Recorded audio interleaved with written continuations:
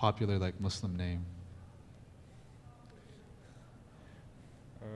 Ihsan? Ihsan. Ihsan. Popular Muslim name? Oh, one person is going to be Muhammad. Muhammad. Muhammad is going to be the first actor. And Muhammad is with his friend. What's another popular Muslim name? Ahmed. So Muhammad and Ahmed are two friends. And they're, chilling, kicking it back. They're going on a stroll at school, right? Walking through the hallways. And then they see one of their other friends. What's another popular Muslim name?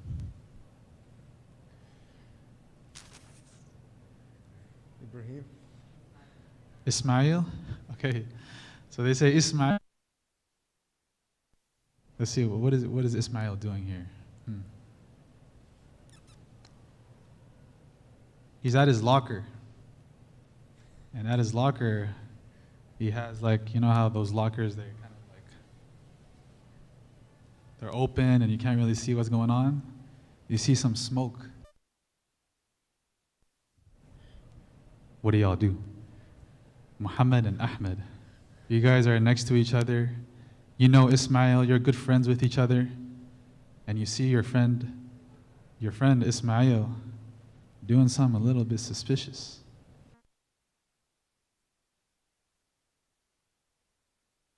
Muhammad and Ahmed, what are you going to say to Ismail?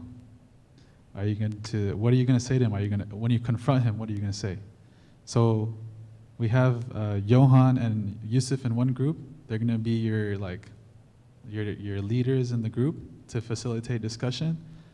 And Andar, who's going to be leading this group. Actually, Yusuf, can you come with Andar? Actually, Johan, can you come with, go with Andar? And Yusuf, you can stay here.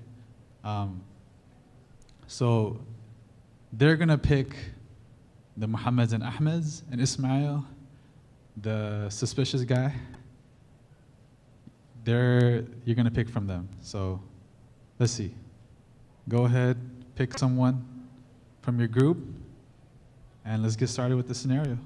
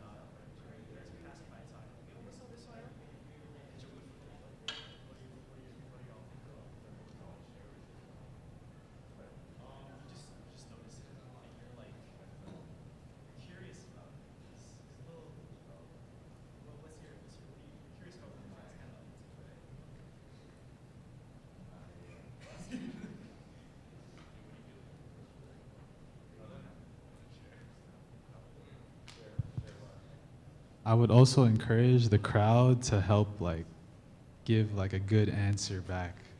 Because Ismail, whoever is Ismail in this group, like they're going against you guys. Like they're trying to make it as like hard on Muhammad and Ahmed as possible. Yeah, this is the hard part. We want to make it spicy here.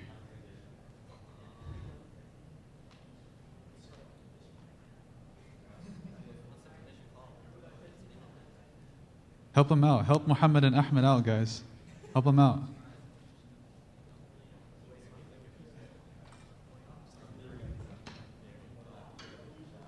We'll give it like 2 more minutes, inshallah.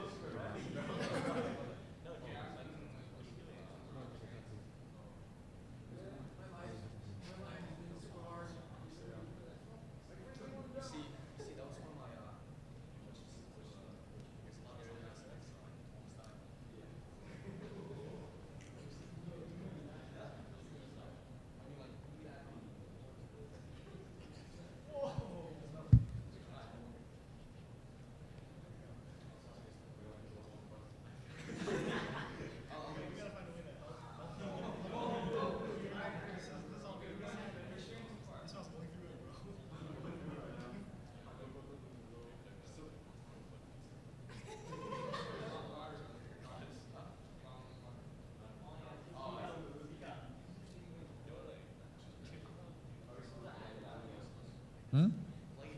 If you want to act it out, why not?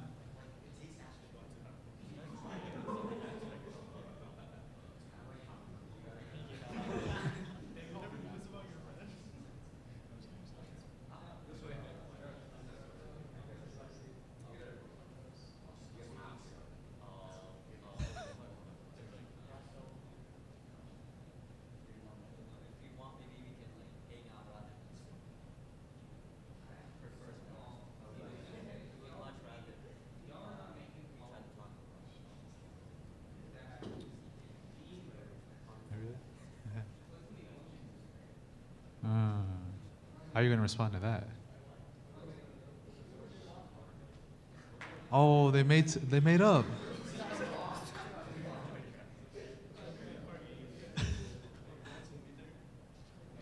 So I see Ismail on this group. They made up, huh? I don't know what happened. Okay, actually, let's cut it here. Let's cut it here. Okay. All right. Can I hear like something from y'all's group that like you can take away from this, or like something like funny that happened or interesting?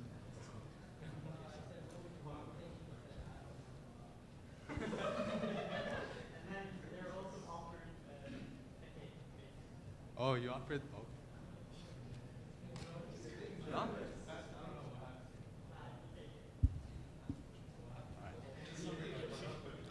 So basically, Ahmed was such a failure at me trying to stop smoking weed, right?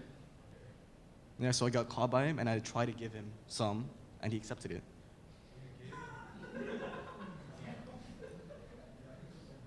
Yeah.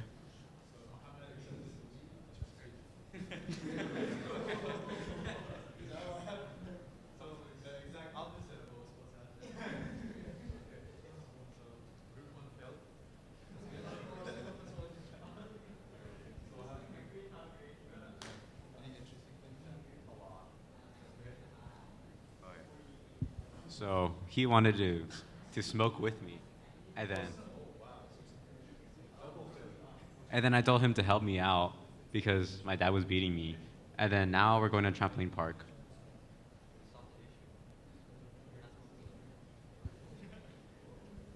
So you just added trauma. Okay. Okay.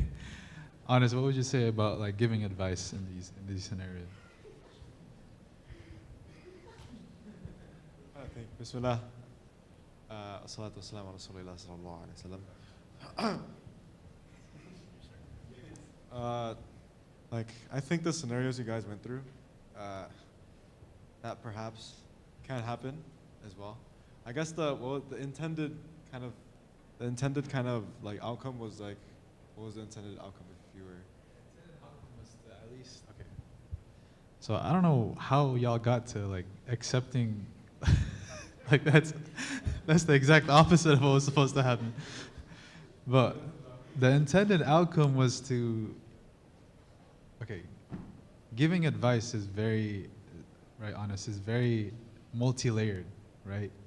Because the person that you're interacting with, right, in a sense, in Ismail in this scenario, I mean, at least in this scenario specifically, had a lot of like trauma, right? So choosing your words is very important, right? And sometimes outcomes may not go the way that you expect, right? You know? Yeah, just to add on that, kind of like, you know, the whole theme of like, what was it? The companionship and like who you hang with and everything. I don't know if you guys heard of the idea of like, okay, Prophet ﷺ talking about the blacksmith and the perfume maker. Anyone heard of that one? No, first time? So, you know, it talks about how you can pass by a perfume maker and, you know, I didn't even get to even buy anything. And then you're smelling all the perfumes, all the oud, all the itar, right? And then you go to like a blacksmith. And I didn't even enter into a shop, and the blacksmith's just working hard and making the metals and everything. And there's gonna be something that it's gonna be attached onto me, even just passing by it, right? So the idea of, you know, when we think of like the idea of like influence, pretty big, right? And you recognize that in just this small scenario itself, right? I think the challenge is that that can happen in that circumstance, but kind of like, I guess, inshallah, we can recognize that perhaps in terms of the idea of, giving advice and so forth, you know, seeing that Ismail was going through that. However, perhaps you may see him going through whatever issue. I feel like there has to be a way to really just bring him closer. The idea is that like, oh, okay, I'm friends with you, Ismail, but I want to see you do better, right? I want to see you do better. That's kind of like the crux of this right here. That I want to see Ismail do better. Like Muhammad and Ahmad, they're here, and hopefully they're trying to see from themselves. It's not just to put Ismail down, oh dude, you're wasted, it's done, it's over, right? And like, but then the idea is that I want good for you, right? I want to see you do better. Right? It's not about bringing you down in your own position and so forth, but I want to see you do better, right? And so it starts from the Muhammads and the Ahmads to see it to themselves. Okay, first I see this Ismail happening. He's doing something. Let's try to lift him up first. Because sometimes perhaps Ismail can be like, and you know, for him, that Ismail is not in that state of just being told anything, right? He just like shunned that down, like, oh dude, my friends are just not even whatever with me and so forth.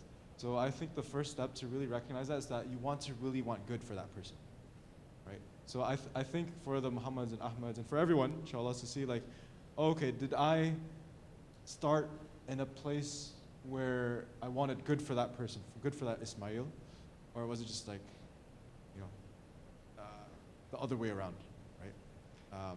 That's, I guess, the first point of departure where you could start with. Second is that you could refer to a friend, another friend. Hey, Ismail, you know,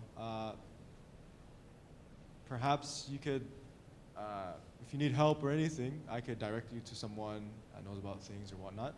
It's to like kind of like take them to a more professional person, perhaps a teacher, perhaps someone that they trust even further, if that doesn't reach to them. Because the idea is that sometimes the Muhammad and Ahmad that we just had, perhaps they can't even talk to the Ismail in the first place in that situation, right? The idea is that we might need to direct them to a person that's even more closer to them. Right? So you see them in that position, and you see that they can perhaps be influenced by someone that they trust even further. Right? And the last one as well, like going back to the idea that, okay, coming from a place that I want goodness for that person, just to remember to frame that moment is not just to put the Ismail down, but to lift him up and to start from a place that I want goodness for that person, inshallah ta'ala. That's kind of like the Ismail,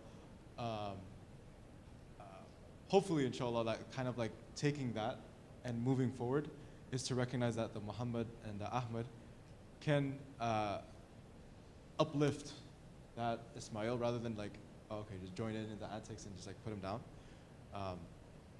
Because like, the idea is that, oh, okay, I'm not smoking and other person's smoking. But you want to share, like, oh, okay, I have something, but I want to share it in a way that's proper. Having that light from within also to illuminate that Ismail without, right?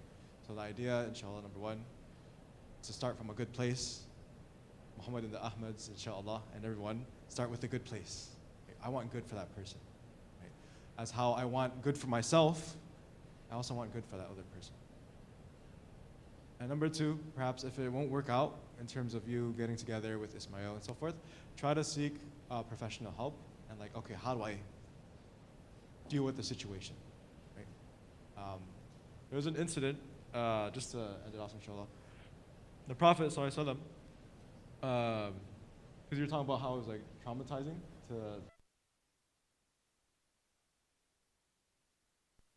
like there was a moment where the Prophet was traumatized, right? And that was the moment when he got into contact with the angel Gabriel.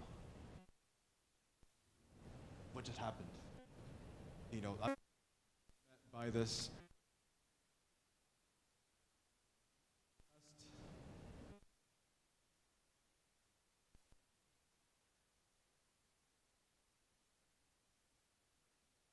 the story goes, knowledge, which is the words of God, he hurries down. It's like, what just happened? What's going on, right? But then, who comforts the Prophet sallallahu alaihi wasallam? It's the person to the Prophet, which was Lady Khadija, peace be upon her. Allah be pleased with her.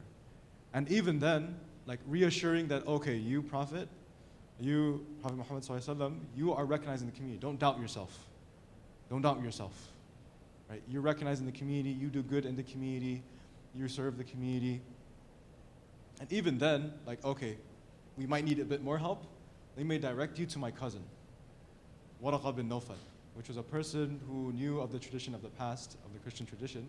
And so one thing to recognize about this is that when the Muhammad and Ahmad is dealing with the Ismail that's going through the situation, you don't just direct them like, oh, there's someone over there that can help you out, like I think you go there, but you actually walk them through. Like literally in the Arabic narration, tamshi ma'ahu, you walk with them. You walk with them. Right? So you kind of, that idea as well comes along with, you think to yourself of like first responders in like mental health situations, to really walk with someone is very important. When you see someone going through a situation, you don't want to just leave them, but you want to walk with them through with that process, inshallah. That's hopefully something that we can work with. All right, Jazakumullah khairan. Inshallah, we'll move on to the next scenario. So this scenario is about brotherhood. Now, we're going to remove Ahmed, or actually,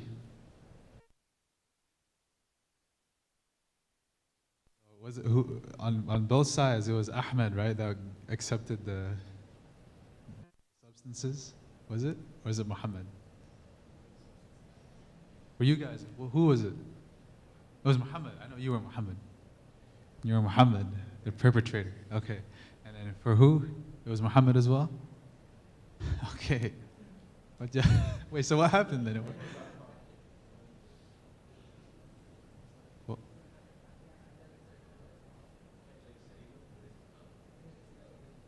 Oh. Okay, well, let's say. So Ahmed and Muhammad, 5 years later.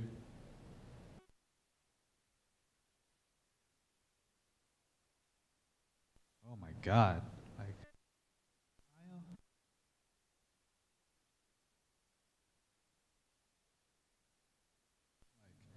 he's always to his parents. Like every time I see him, he's always like out in the community and doing great things. 8+ student, 4.0 GPA. And I see that happening. Dang, this is Ismail? And now, me, Muhammad, I'm saying, I don't even know if this is like, if this is the right religion for me anymore.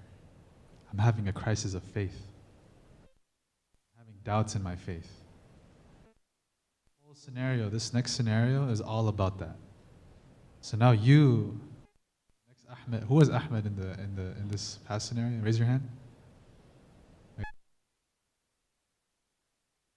Ahmed's in your groups.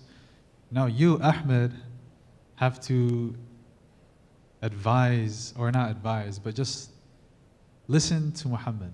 Muhammad, you're gonna vent, express what your doubts are in faith about Allah, about Islam, and we'll give it like 5 minutes. And also, again, the group, please help Ahmed with his responses. And Muhammad, make it as like deep as you want it. So inshallah, we'll give it like 5 minutes, 6 minutes.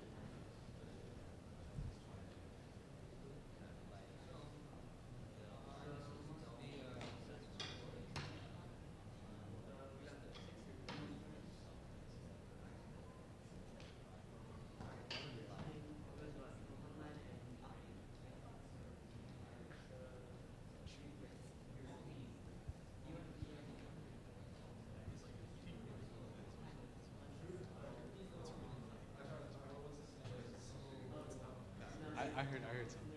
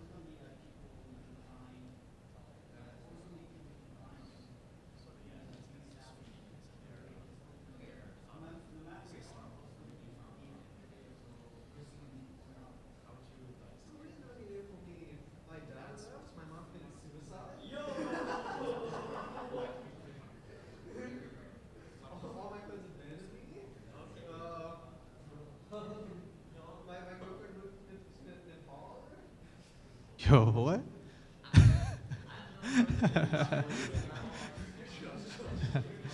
Hey, man. I mean, that stuff happens all the time. I've seen it. You have to deal with it, though. So his girlfriend moved to Nepal. He lost his job. He lost his house. He's living in front of a bridge.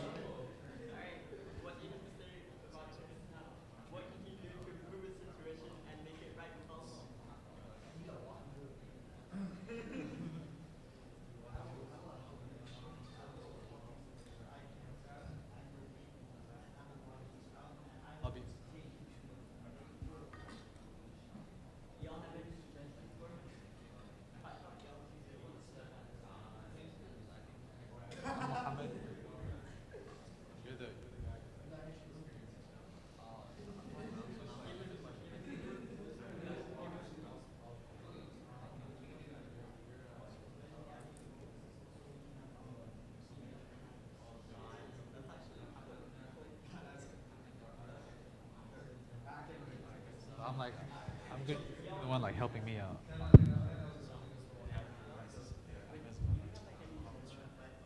Man, I saw Ismail that one day. Like, I'm still thinking about it to this day. Man, the Quran, like the Quran, like that's the word of God, but he like smokes and stuff. I don't know about that, man. I think that's all like fake. That's all fake news to me. Oh, he can't.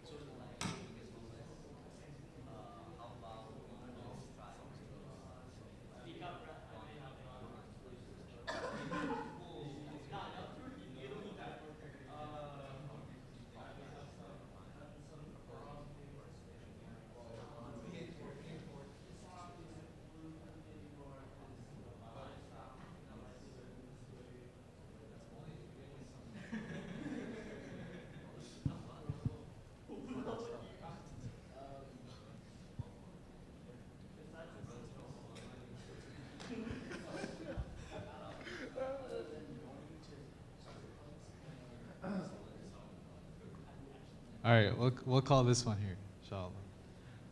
So we got a good discussion going on here. I was grilling the heck out of him. What? I need your name one last time, bro. One last time. Your name? Izan. So Izan was being a great friend to me, mashallah. He was giving me some really deep advice, actually.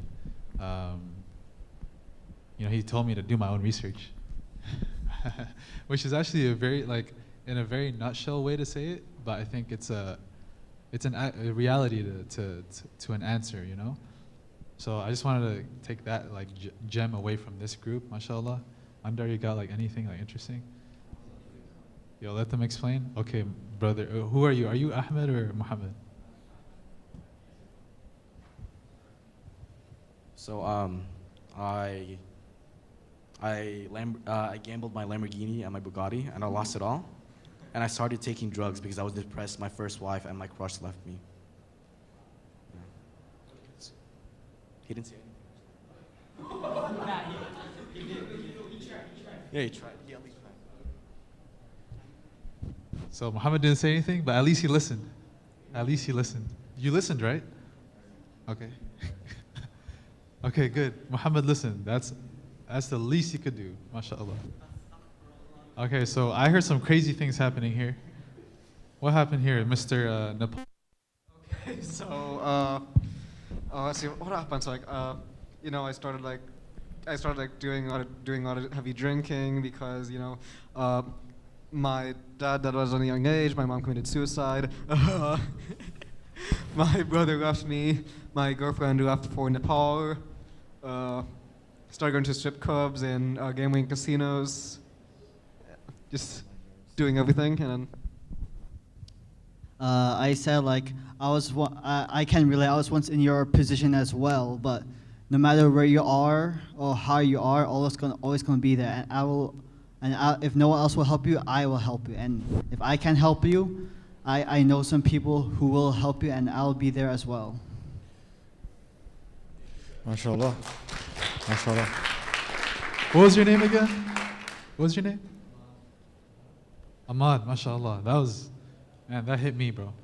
Mashallah. All right, honest, you got quick words for this? Yeah, mashallah. That was good stuff. The idea, you're talking about how we can go in whatever stage of life we may be, having a Bugatti, going through different people and different things and everything else in between. There can be so many stages that we can be going through, and recognize that that's always going to be happening in life.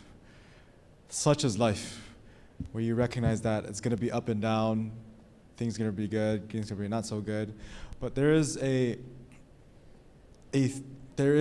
certainty, there is a grounding that we can always take, which is recognizing that life is always going to be moving, life is always going to be changing.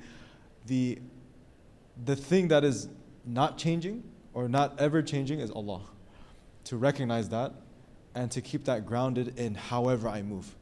And so towards understanding and grounding ourselves, that recognize that, okay, Allah is Ar-Rahman and Rahim, is the most gracious and most merciful, but my situation, it's fluctuating and everything, I can always go back. I can always go back. Right? There's a place where I can always go back. There's a refuge where I can always go back. About the thing of asking for help and whatnot, there's the Quranic verse, فَاسْأَلُوا أَهْلَ الذِّكْرِ إِن كُنْتُمْ لَا تَعْلَمُونَ. The idea of recognizing that, okay, perhaps a friend tells me to do my own research, perhaps as well, they could also direct me, as I said previously with Lady Khadija and the Prophet Muhammad ﷺ, directing to a better place. And even I heard something about the idea of finding role models, because we model based upon how we see people live. Right? You're seeing this through a screen, why a Bugatti? Why a Lamborghini? Why this life and why that life? You see that through other lenses of people, right? And so that's an influence that perhaps we are unconsciously feeding ourselves through our social media feeds, perhaps.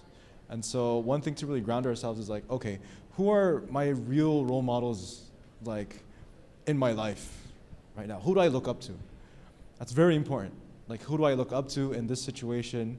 Who do I look up to that, perhaps have a more grounding way of living versus myself? And I can always return to that because, inshallah, that grounding that role model has is towards how the people of the righteous were towards the way of the Prophet ﷺ. And so that's kind of like the lineage that goes back on their path. And hopefully our paths towards Allah subhanahu wa ta'ala, right? Because we recognize this journey that we're all taking, whatever stage you are.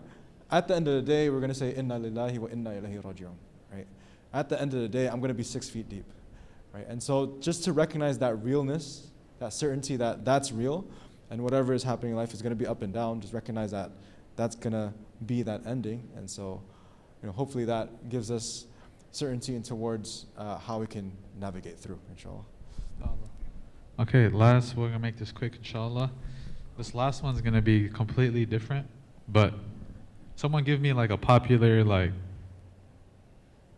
orang bule name. What is that? Just an American name? Huh? Chad? Like an orang bule name. Andrew Tate. Okay. Okay, we'll just do that one. So Andrew Tate, before he became Muslim, right? Andrew Tate, before he became Muslim,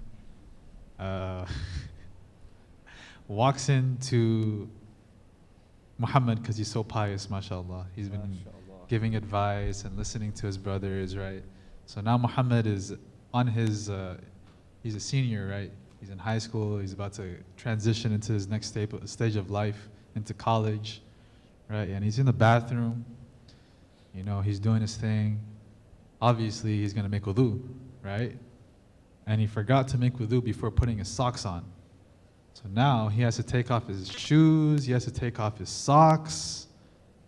And what happens? The dogs are out, right?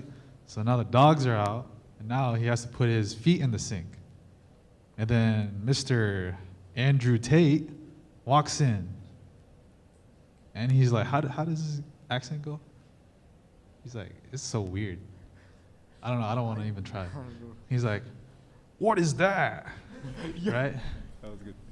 What is that? Like, why are your feet on the You got it. why are your feet on the sink? Get your nasty feet off the sink. And now Muhammad is like, who the hell is this guy? Who the heck is this guy? Okay, who is Muhammad? Who is Andrew Tate? Actually, yeah, we're going to go from there. We're going to go from there. How do you respond to Mr. Andrew Tate? This guy. This is before he became Muslim. Before Muslim Andrew Tate. Before he became Muslim.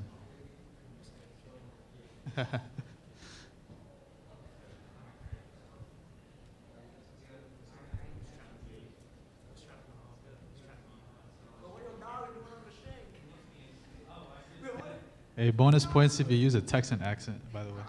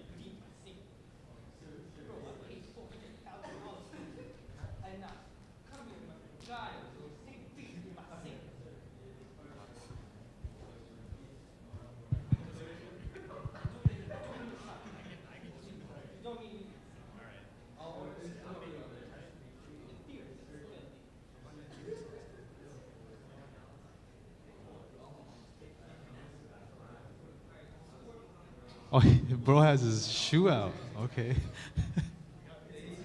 Hey, if you're really about it, you take your shoes off, your socks off. I'm playing. Don't do that, please.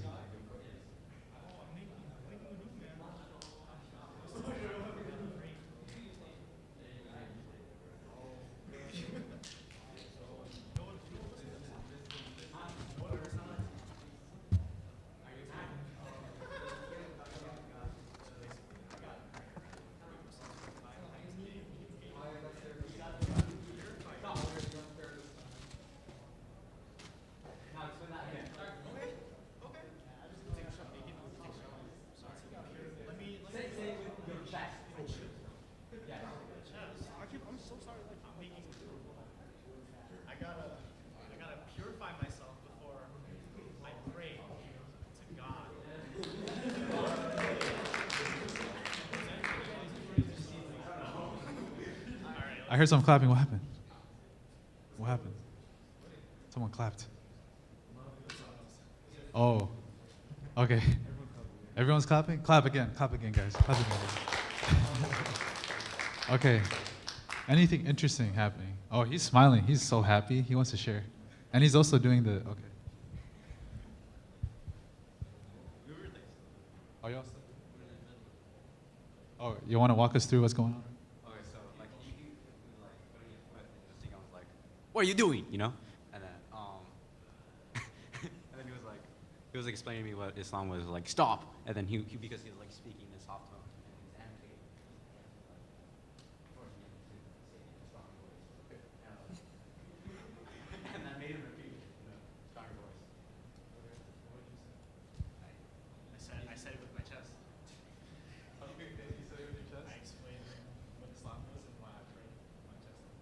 So you explained what Islam was and why you prayed in a confident way. And what did you say, Mr. Andrew Tate?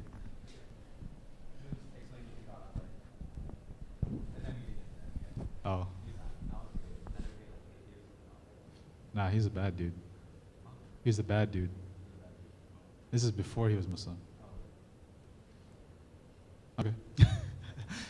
Good job. MashaAllah. Takbir. Okay.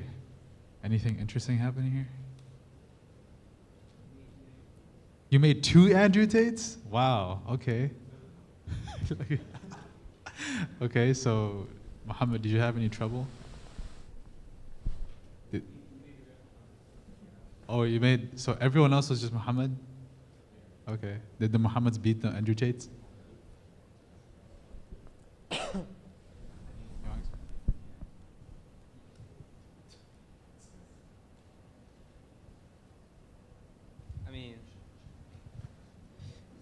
So where we ended up was well.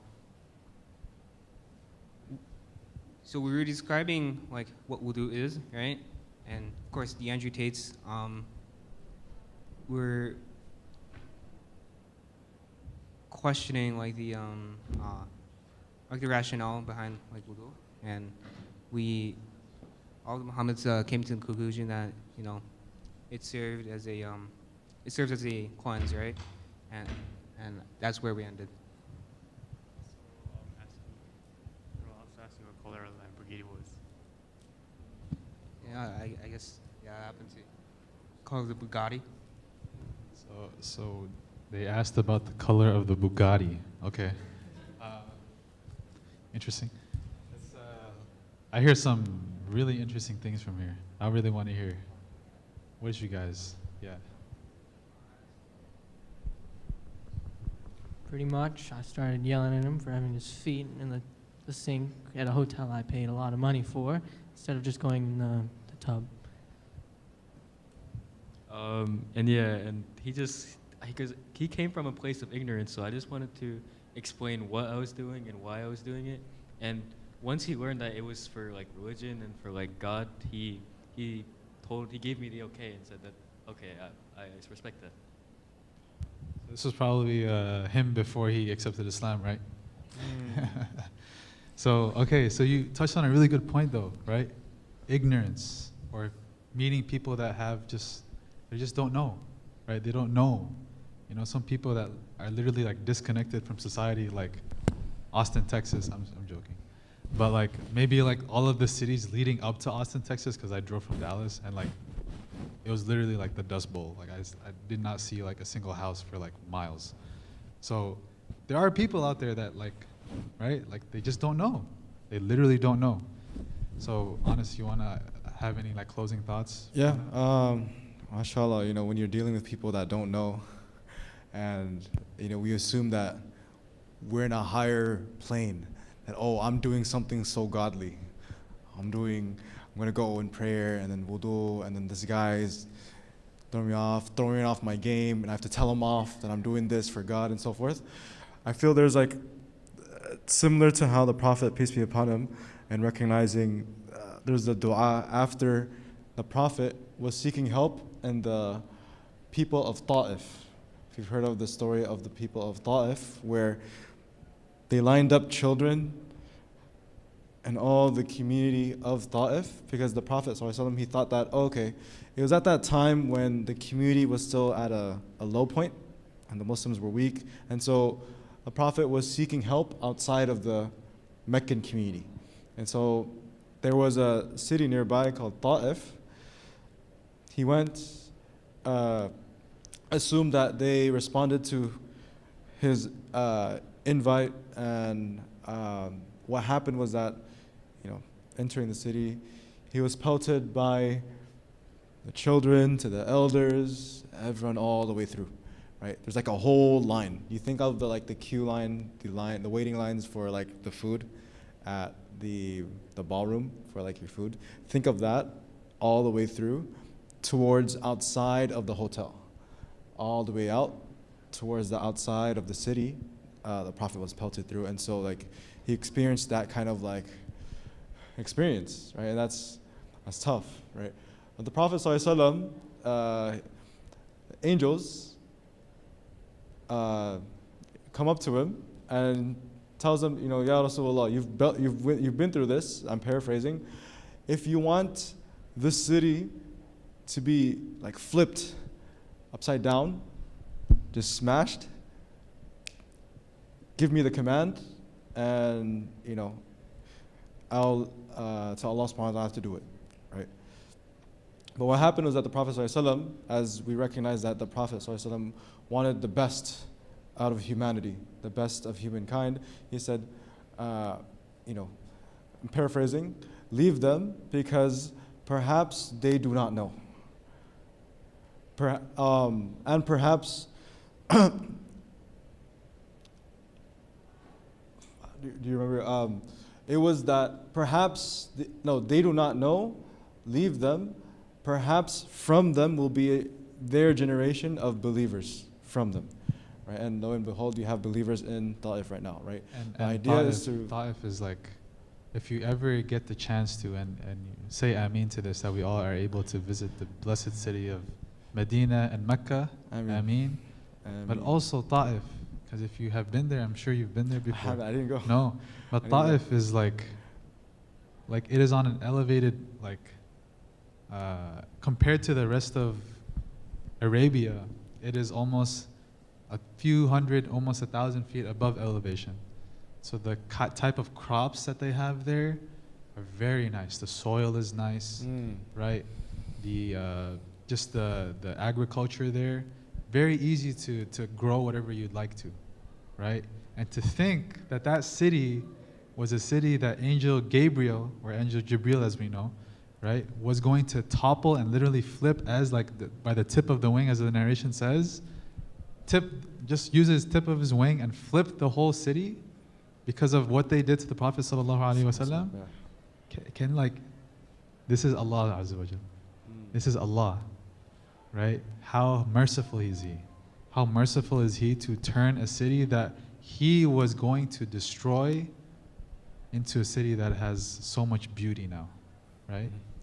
So, SubhanAllah. So, you know, just that takeaway point is that you recognize that some people just don't know. Some people just don't know perhaps what they've been fed about Islam, about Palestine, for instance. It's just Fox, pretty much. It's a big thing in Texas, just seeing like Fox on like Like, Oh, if you guys, yeah. if you guys want, like, I have literally like 5 minutes out of my house. There's this huge, like the size of like this room, just Israeli flag, like just waving proud outside of my house. Yeah. What can you do, right? Unless you actually confront them and talk to them and, you know, and have a civil conversation. If you're just blindsided by ignorance, it's almost impossible. Yeah. It's kind of like saying how like you took the time to explain to them and whatnot. Perhaps they've never had the time to hear that. Perhaps the only thing they've heard of is through the media, Fox and other places. And, you know, subhanAllah, just similar situation with like Palestine. You know, we ask Allah subhanahu wa ta'ala to liberate Palestine, Ya Rabbil Alameen. But that happens, right? I think final note, inshallah, about this is that there's a parable that's described by the Prophet ﷺ that when you're in that situation, when you're in like a society where like, okay, you see what is truth, you see what is happening, what should be done, versus things are like very skewed, people are seeing like the other side and there's blindsided by that. There's this parable of a sinking ship. So there's people on the top level and people on the bottom level. So ships back in the day, they were like wooden, right? And so the people on the bottom level are looking for water. So they're thinking like, oh, I could just make a hole in the ship and I could get water on my own, right? And so they went up to the people in the top level and they were asking about that to the people on the top level to ask permission. Oh, we're going to do this because we need water and so forth. They could have just gone and so forth and done it, and that would just capsize the whole ship. And so what would save them was that the top level people let them know, just don't do this, just stop, right? I think that's kind of like the society that we're in at this very moment, where we don't want to capsize our own ships that we're in, to recognize that, you know, we have to really work this out together. That's the challenge, you know. Help your brother, be it the oppressor or the oppressed. Of course, you can help the oppressed. You can recognize that, okay, in terms of monetary value, in terms of our du'as and our support, but what about the oppressor? What about your brotherly oppressor that's doing you wrong, right? How do I do that? You tell them to stop what they're doing. You stop as best as you can of what they're doing. Right? And so that's the process that hopefully Andrew Tate and that Muhammad could do, inshallah, from that moment that you see that wudu. Because perhaps that could spark it, that thing of purifying yourself before entering a space between you and God is very pure and very, you know, it's a very heavy act to really ready yourself, right? So inshallah, we ask Allah subhanahu wa ta'ala to help us in all of our situations. Ameen. And allow us to have the knowledge that we have and use it properly in ways that perhaps can be disseminated, where people actually see that light, inshallah ta'ala. Ameen. Okay, Jazakumullah khairan. It is 3:15, right? Oh wow, it's over. Okay, I'm sorry guys, I'm holding you guys. But inshallah, we'll end it here. Subhanakallahumma wa bihamdik, ashhadu an la ilaha illa ant, nastaghfiruka wa natubu ilayk, wal asr, innal insana lafi khusr, illa alladhina amanu wa amilu salihati wa tawasaw bil haqq wa tawasaw bis sabr. At 4 p.m., aside from the QR codes which you can sign for Youth Got Talent, Boys Night, which is happening tonight, we're going to be playing soccer, kabaddi, or wrestling, and video games like Switch, Mario, I think it's like Mario Kart, right? And Smash. Aside from that, which is happening later tonight after Unfiltered Discussion, I'm seeing, yeah, hey, we like this, right? We like this, right? We like this? I hope, inshallah. But aside from that, 4 o'clock, you guys have a little break, but at 4 o'clock, we have a little surprise, donuts. We have some donuts, inshallah. We're going to be accompanied by our speaker here, our Sheikh Honest, inshallah, from 4 o'clock.